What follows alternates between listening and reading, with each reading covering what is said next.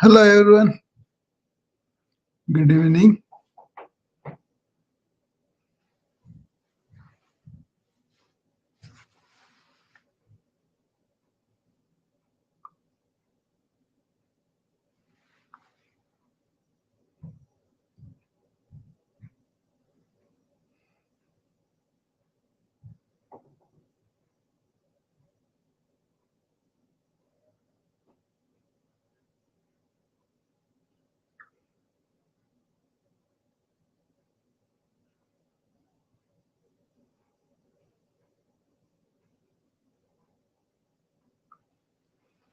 Welcome, everybody.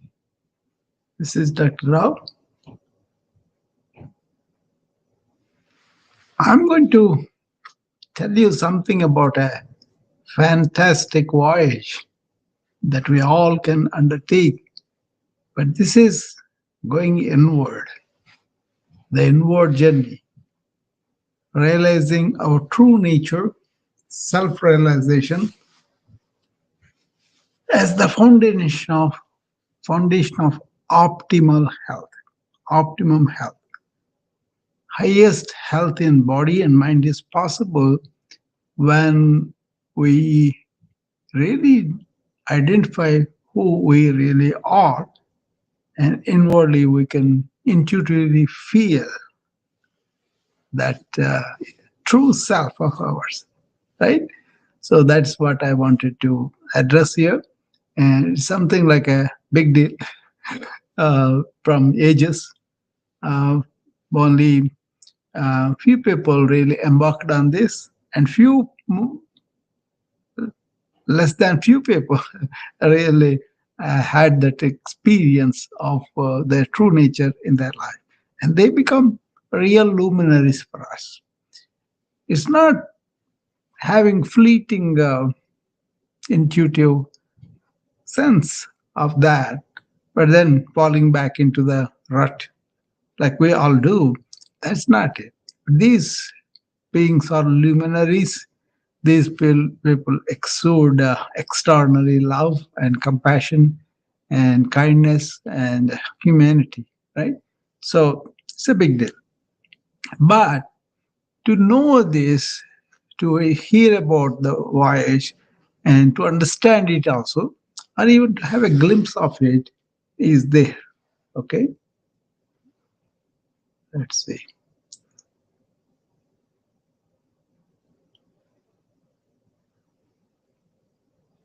But beyond that, it becomes real, real arduous for many people even to get a grasp of it, sense of it, right? It's not we are deficit in our intellect or our cleverness or anything like that. It's more about inclination and also what kind of instruments we are using to feel this. You cannot grasp it with your senses. Obvi- Obviously, your senses are outward, right? And you cannot get it through intellectual reasoning, but you can feel it and intuitively feel it and grasp it, So it's about the being that we always talk about. I thought Eckhart Tolle kind of gave a good definition of this in his book, Now.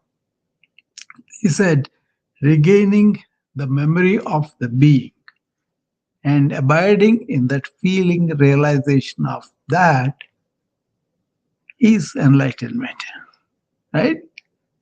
Regaining the memory and then embodying feeling realization, not by thinking, not by analysis. So you could see many people are not intuitive because they are so cut and dry. All human things are here and now, either black and white, and that kind of thing, right? So they want to grasp it with intellect as though it is also an object that they could grasp it. No, it is you, your subjective self. So you cannot really make it like a thing that you can grasp, right? But you can sense it, you can feel it, and go in there. So that is the fantastic voyage that's kind of not only taught, but also people showed the way for it, and a lot of people embarked on the voyage, and then few successful. But even if you have a glimpse of it, feel of it briefly, people again went back to the same kind of, you know, talk and big chatter of the mind, and they get caught in that, right? And so many people really say, "Oh, I have seen it, I know it," but then are you able to stabilize yourself in that wisdom and stay there for a long time? Very few people do that. Okay, so let's take this inward journey just for the fun of it. But we may not go anywhere with it. That's okay, but just bear with me. Okay, so what this self realization, that is feeling the inward being which is already there and realizing it, is really the foundation of optimum health. That's where my interest lay. As a physician, as somebody who deals with health and wellness all the time, even though I kind of retired from my clinical practice, I still have active involvement in the health issues of many, health issue for the citizens and the systems, and health issues related to technology, and health issues related to the corporations, and health of the planet. So I have five different ones: personal, professional, systems, the corporations, and technology and the planet. Five. Okay. Five petals in my be a pal flower. Okay. So I'm going to present to you why this is so important to me. Probably nothing else matters to me as much as this self-realization. Okay. So even the uh,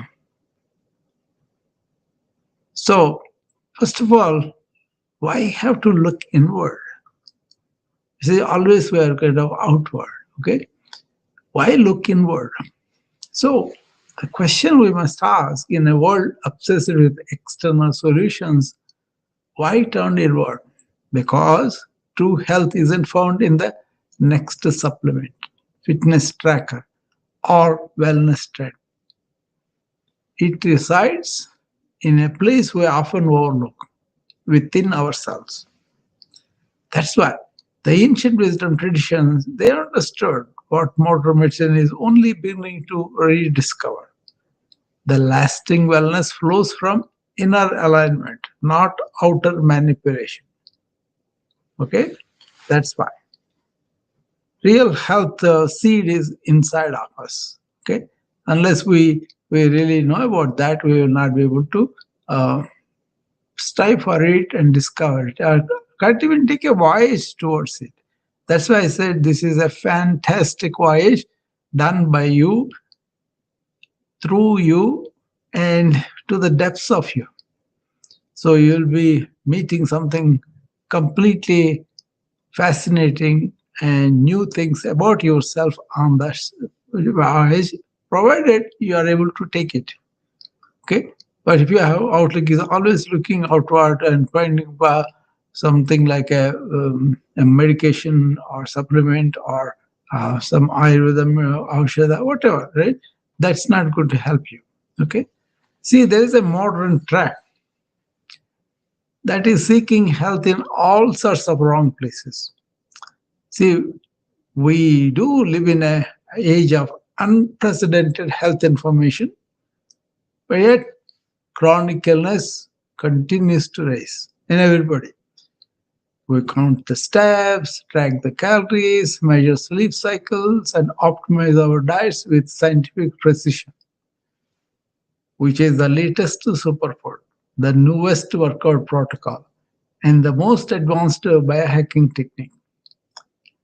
I'm not saying you should not do it. I'm just stating they are there, yet something essential is missing. That's the point. Despite all our data and devices, which I kind of promote them too, we feel fragmented, stressed, and disconnected. That's the fact of life too. So we have become experts at managing health from outside while neglecting the inner sanctuary where true wellness originates.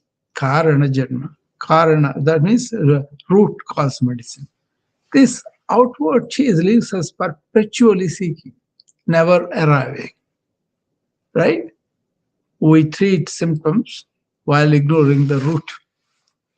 We optimize the body while the mind remains turbulent and the spirit untouched. That's the fact, right? Anybody can um, see that.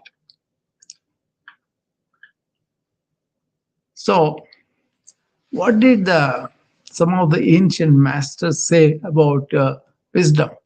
What is their wisdom? For example, Shankaracharya is a Indian intellectual par excellence, and he's a philosopher, a great philosopher. He taught the ignorance of our true nature is really root of all suffering. Health begins when we remember who we really are, not the body mind complex, but pure consciousness itself. That was his saying, right? Not only him, but thousands of people before him. Okay, but just to this is modern people know about him. That's why I brought him. And also Ramana Maharshi's insight. He is a sage of Arunachala. He showed through his own life that self-inquiry leads to profound peace. He died around 1950, right? He was born in 1985, something like that. Around 70 years he lived, right? So he got enlightenment at the age of 60 or 16 and then stayed like that till he ended. And he stayed only one place. But his teaching spread 6 continents.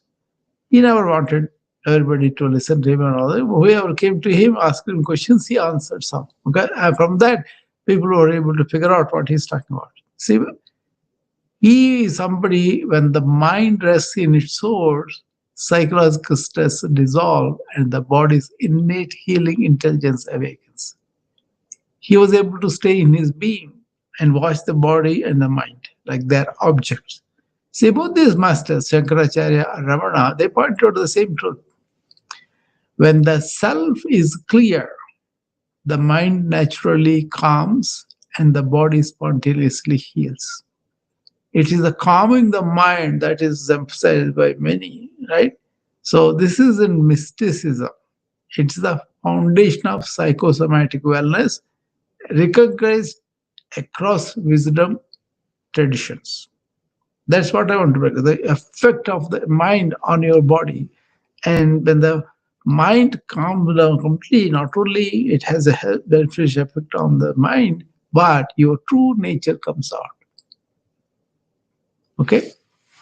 So I hope I'm going slow and I'm taking you along with me. Okay? Just be with me. So then you'll appreciate what I'm talking about. Okay?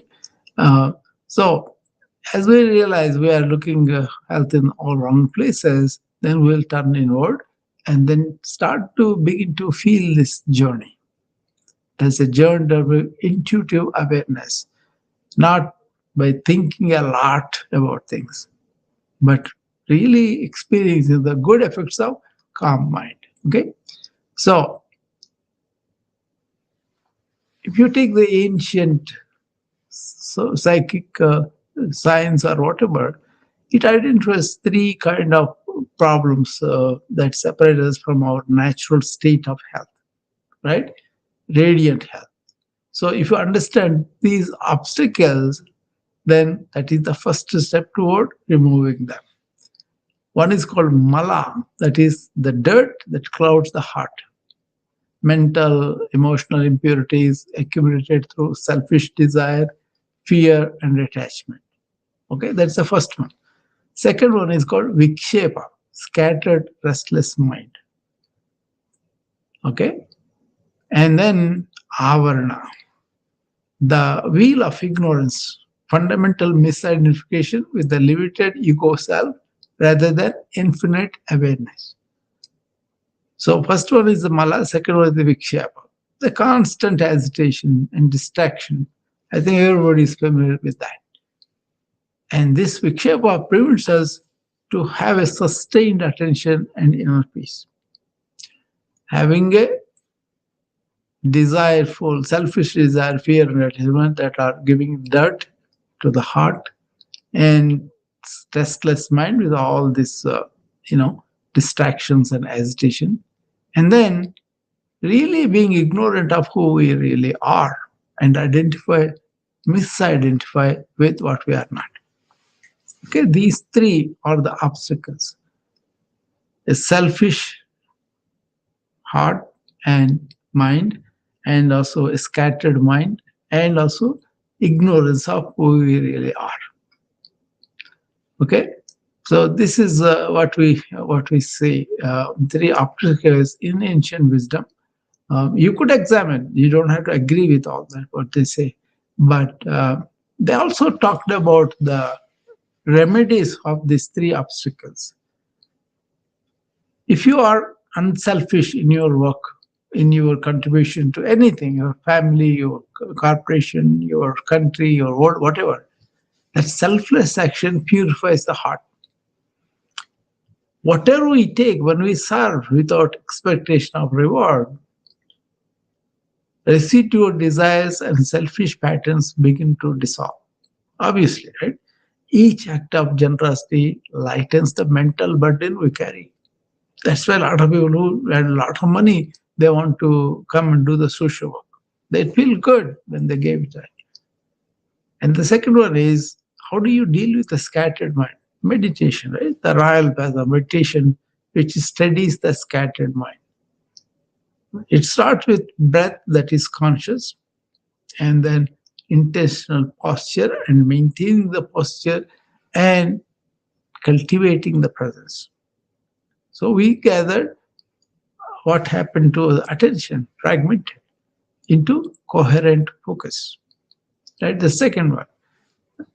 And then third one is getting the knowledge, because the third one is the ignorance of who we are, right?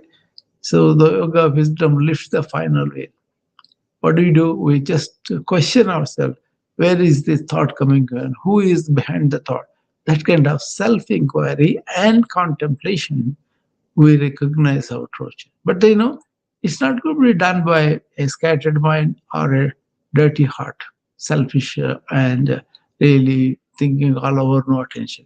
So you want to have a focused mind, but also that a heart that is, our mind that is clean. Then you can engage in the self-inquiry and know about your own ignorance, and then come out of that ignorance. Okay? So our true nature, not the limited body or mind, but the infinite awareness that is witnessing all experience. That's where you want to be, right? So that is how you remove the three problems, three wheels, they call it, right? Once you understand that, you have removed the obstacles, you're on the path to wellness. See, these three obstacles separate us from our natural state of radiant health. Understanding these obstacles is the first step, removing them. Okay? So,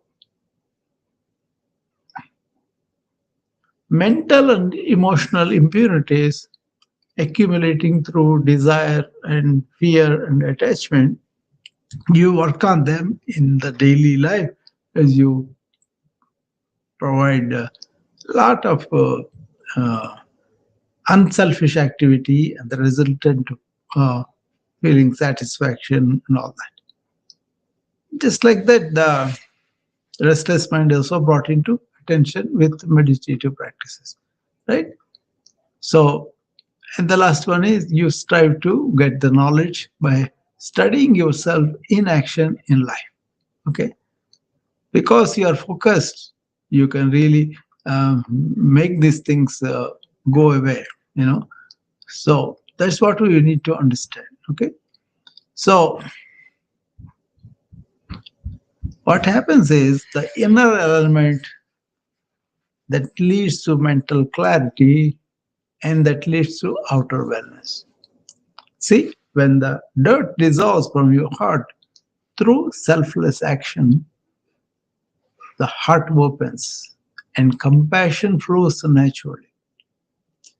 When you have the scattered mindset is through meditation and the nervous system really becomes stable or down regulated and stress hormones normalize, right? So the physiological effects are measurable.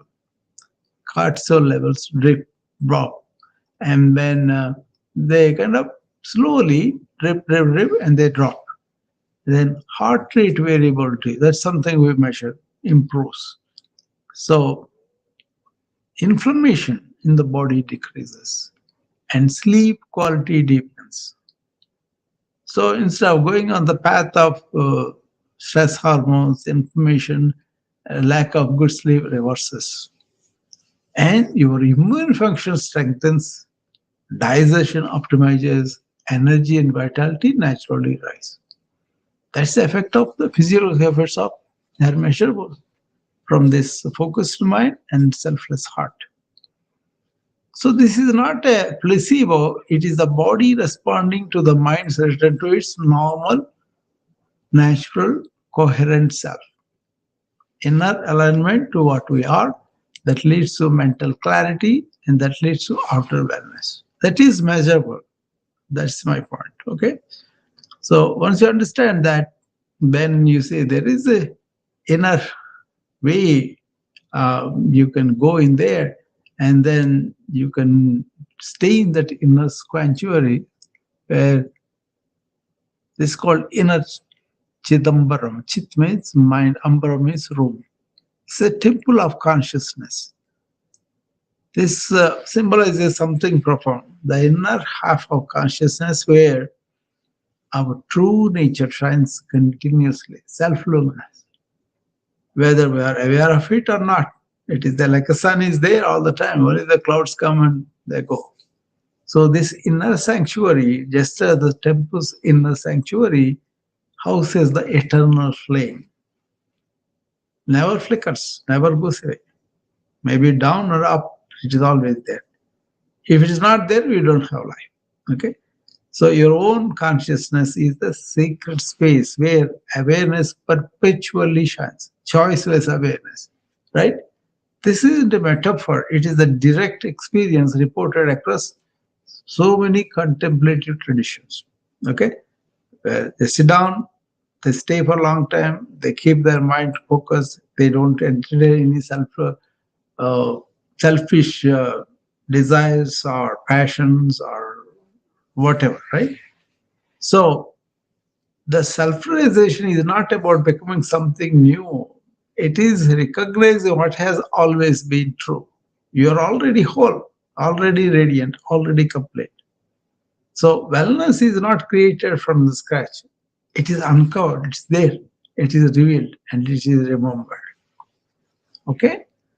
So this is really exciting for me because this journey is taken with a you know people who are advanced age and who have seen a lot in their life, and they want to find the uh, peace of the ultimate nature, and that's why they get into this kind of things. And this is a state in ancient wisdom called vanya prastha. That is, you have retired to the forest and you want to really explore that. Okay, so once you are there, you'll see that. Okay, so there is a daily path that you could consider about practical steps to how to integrate this into our life.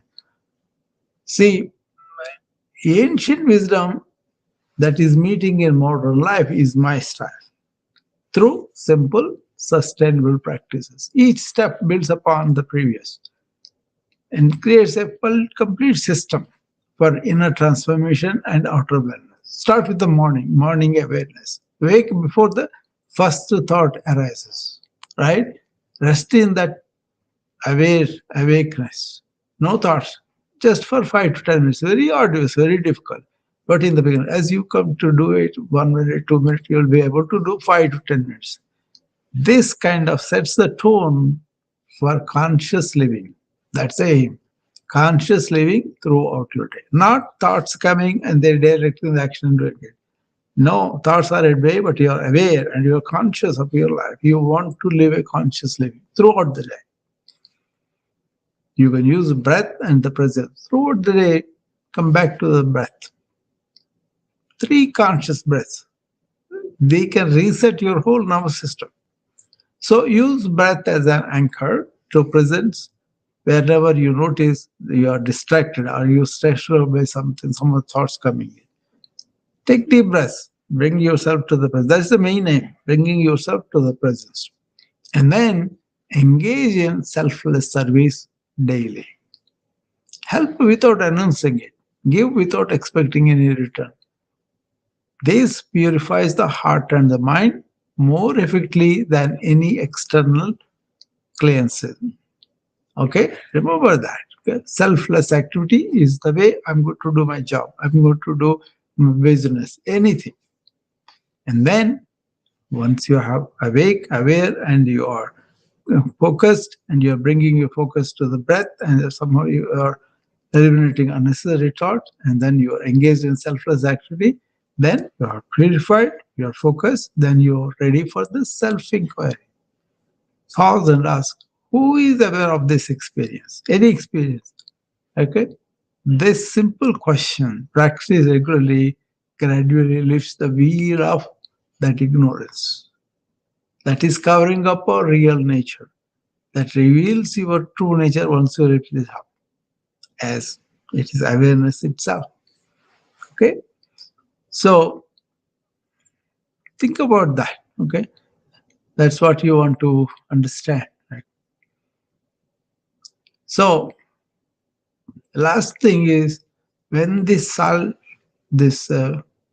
inward self shines, life aligns to the true nature of ours, and mind is silent, and heart is pure, and you give service. So this inward is not an escape from life, not at all. It's a return to life's source. It's not about rejecting the body or denying physical health practices. Rather, it provides the foundation upon which all wellness efforts become truly effective. When you align with your deepest nature, healthy choices arise naturally. Discipline becomes effortless. Balance restores itself. The body following the mind's lead and the mind resting in the self together express their inherent wisdom, body and mind. Okay? This is the most powerful path to lasting health, unshakable clarity, and authentic joy. Not because you have added something new, but because you have remembered what was always true. You are the light of consciousness itself. And in that recognition, everything heals. I hope you have been thinking about this. If you are thinking about this, if you really have some experience with it, you can share with me. You know. Otherwise, I wanted to say what I wanted to say to you in half an hour, and I will now ask the few people that are here to come and talk to me about it. You know, Peter, you want to come up? See, this is not intellectual stuff. It is intuitively awareness stuff.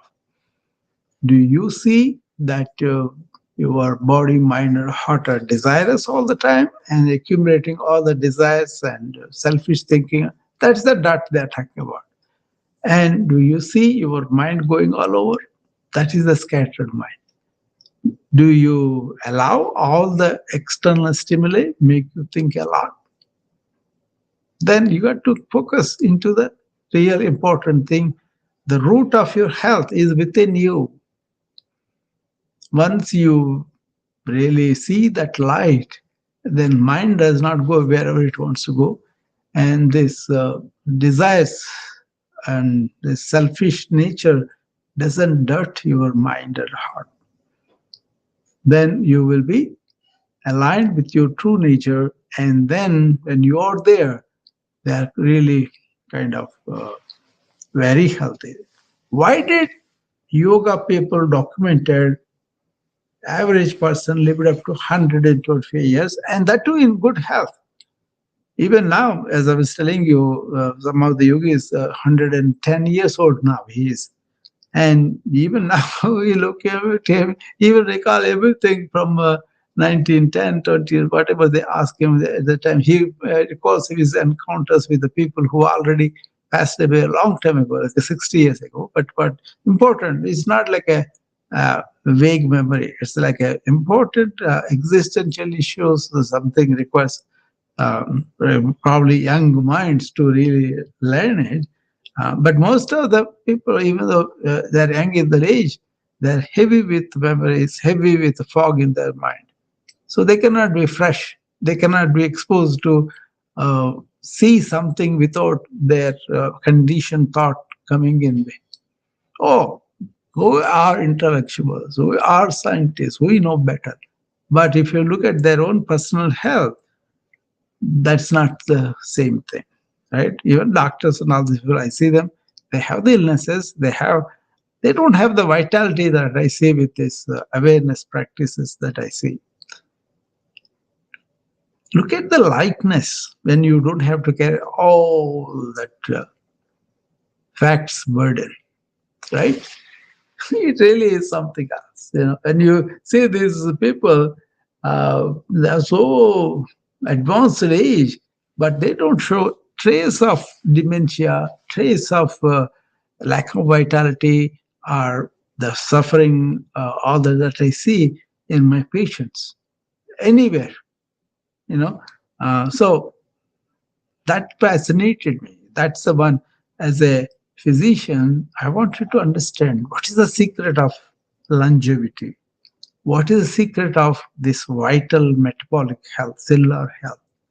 What is the secret of the genes that are pretty good and we keep somebody like Clint Eastwood into very, very what? He said his mom was like that. And she had very good genes and she passed on. What's the secret of that? How is it in Japan? There are so many centurions, vital.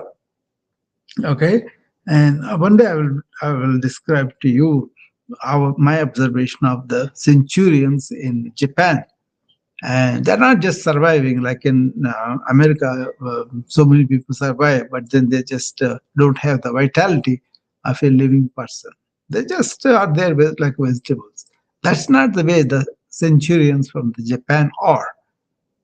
They have a purpose, they have a meaning, and what they do makes a lot of sense, and they're enjoying their life, right? It's not that they don't go to HL, they do, but then they recover faster, and then they don't get sick all the time like in America, and then occasionally they blip.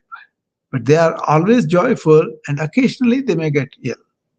But they take care of them very quickly, and lots of times their own immunity, their own health takes care of it. That is possible. That's what I'm saying. You don't have to go back and to take a birth in the Esther years. You understand what are their living patterns. What is the secret of them? What is this inner health? What is this inner being? You just want everything to be shown to your senses. You have to see it, you have to hear it, you have to touch it, you have to grasp it. No, but you can feel it. You have the sense of your inner life, right?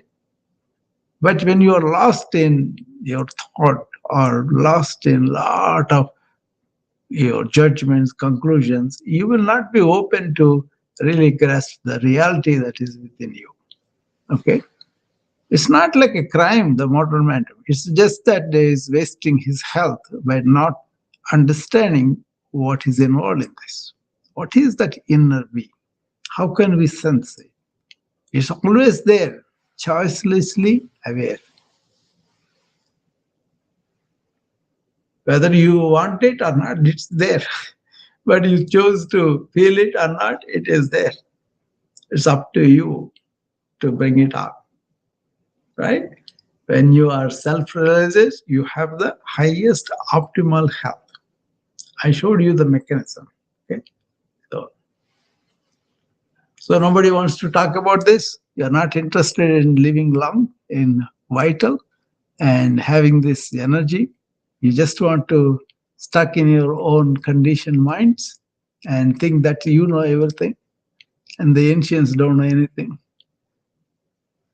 Scientists are beginning to see what the ancients talked about. That's a good thing. We want to really provide evidence. Some of the evidence is in your own living that under 90-year-old he would not go to a hospital because he doesn't need it. And Sadhguru's teacher was a yoga master, right? I think many of them know Sadhguru now. I think Cecilia knows. She talks about him. He is somebody who is like 70 or something like that. When he first came in touch with Sadhguru, Sadhguru was a 12-year-old boy. They were at their grandfather's place and they were playing this game. Uh, you see, in India, you find these wells, with a, you know, uh, dug deep, like 100 feet or 200 feet, and then all the is a huge kind of, but then the round thing is there. But if you can go down, but this game is they shoot straight. If they hit the wall, they break their head. Such a dangerous sport. But the kids jump into the straight down, and then with hands and feet, they climb the wall and come up. That's the game. Whoever goes in the well comes out first is the one who is a victor, right? So they were playing. They're all 12-year kids around that age, a few of them. And suddenly this old man comes and jumps into the well. And then he comes up by himself with the hands and feet. And he beats all these young kids. So the kids are aghast and says, "Oh my God, what did he do? How did he do it? What is the secret to it?" And he said, "Yoga." He used to do the sun salutations 10,000 times a day. That is extraordinary. You do five or six, you will know how difficult it is. If you are practitioner and all that, you can do maybe 108 a day. I have seen people doing, young girls, young boys, and they're doing that.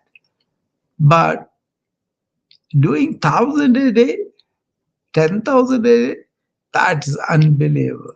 They do so fast, they can do them very, very quickly. Okay. So that is the beauty of preserving the athletic ability by doing it. Okay. Recently, they found we have a neural connection to our athletic ability in the body and to the brain. If you are doing it, like for example, I know a cricketer right now, he's playing for India, Ravinder Jadeja. He is so athletic, he's 37-year-old, but the 20-year-olds, they cannot run like him. They cannot shoot the ball like him.